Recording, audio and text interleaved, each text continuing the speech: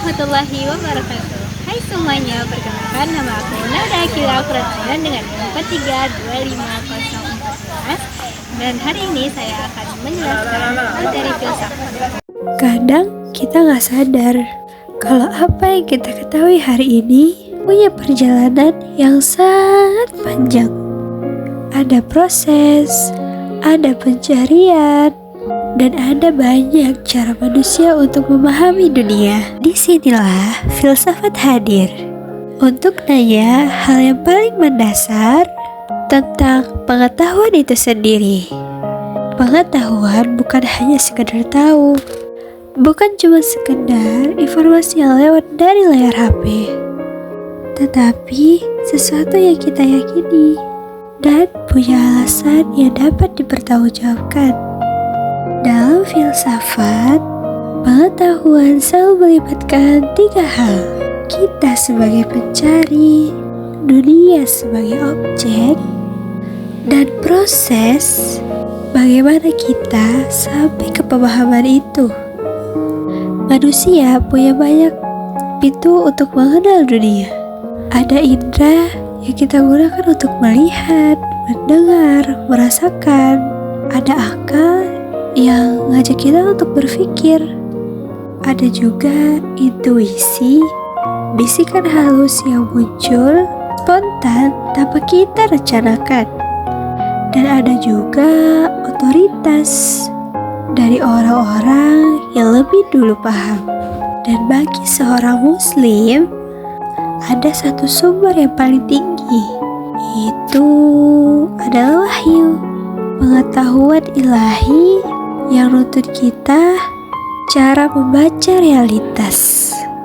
Dari berbagai sumber itu, ada pengetahuan indrawi yang langsung kita tangkap dengan baca indera. Ada pengetahuan ilmiah yang teruji lewat metode ilmiah dan penelitian. Ada pengetahuan filosofis lahir dari renungan dalam. Ada pengetahuan agama yang memberi arah moral dan spiritual.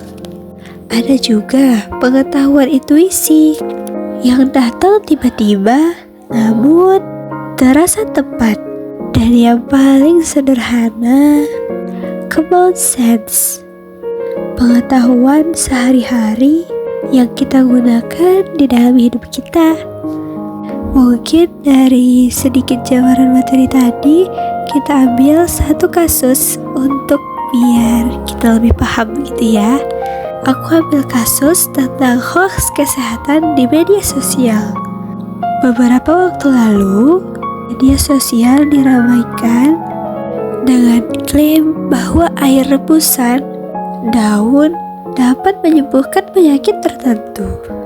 Banyak orang yang langsung percaya karena informasi tersebut dibagikan di akun yang terlihat meyakinkan, akan tetapi tanpa bukti ilmiah. Dilihat dari filsafat pengetahuan, informasi ini belum bisa dikatakan sebagai pengetahuan. Sumbernya tidak jelas, tidak diuji secara ilmiah, dan hanya mengandalkan pengalaman pribadi serta otoritas yang semu. Jenis pengetahuan ini lebih dekat dengan common sense atau intuisi, bukan pengetahuan ilmiah. Kasus ini menunjukkan pentingnya memahami hakikat, sumber, dan jenis pengetahuan agar kita tidak mudah percaya pada informasi yang terlihat benar tetapi belum tentu dapat dipertanggungjawabkan. Pada akhirnya, memahami pengetahuan itu penting supaya kita gak hanya menerima informasi tetapi juga bisa memilih informasi mana yang benar, mana yang salah.